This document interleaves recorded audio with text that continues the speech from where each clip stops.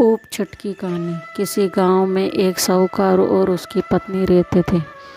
साहूकार की पत्नी रजस्वला होती थी, तब सभी प्रकार के काम कर लेती थी। रसोई में जाना, पानी भरना, खाना बनाना, सब जगह हाथ लगा देती थी। उसके एक पुत्र था। पुत्र की शादी के बाद साहूकार और उसकी पत्नी की मृत्यु हो गई। अगले जन्म में साहूकार एक बैल के रूप में पैदा हुआ और उसकी पत्नी अगले जन्म में कुतिया बनी। ये दोनों अपने पुत्र का या ही थे।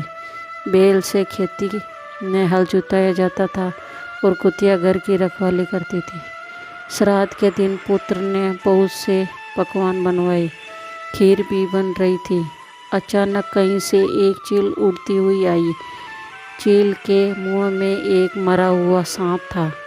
वो सांप चील के मुंह से छूटकर खीर में गिर गया। कुतिया ने यह देख लिया।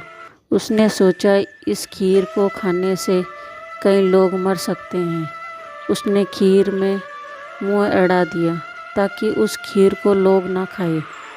पुत्र की पत्नी ने कुतिया को खीर में मुंह अड़ाते हुए देख लिया तो गुस्से में एक मोटे डंडे से उसकी पीठ पर मारा। चोट तेज थी। कुतिया की पीठ की हड्डी टूट गई। उसे बहुत दर्द हो रहा था।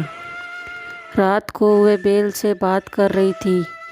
उसने कहा, तुम्हारे लिए श्राद्ध हुआ, तुमने पेट भर भोजन किया होगा।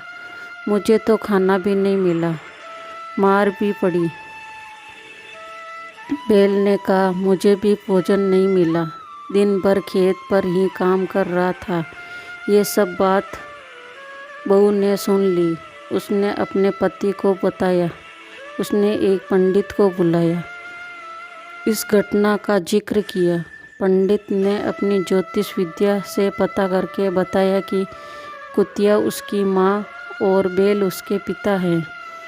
उसको ऐसा योनि मिलने को कारण माँ द्वारा रजस्व वेला होने पर भी सब जगह हाथ लगाना, खाना बनाना, पानी भरना उसे बड़ा दुख हुआ और माता पिता के उद्धार का उपाय सोचा।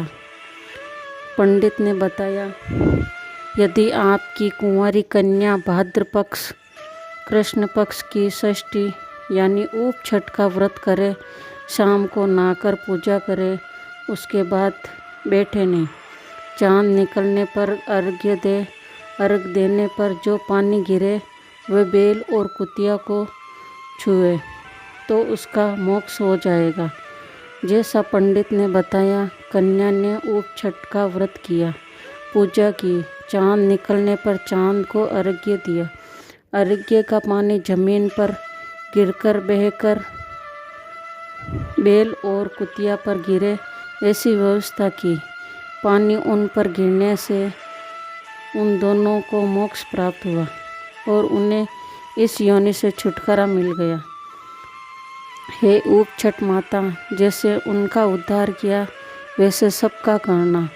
कान कहने वाले और सुनने वाला का भी भला करना।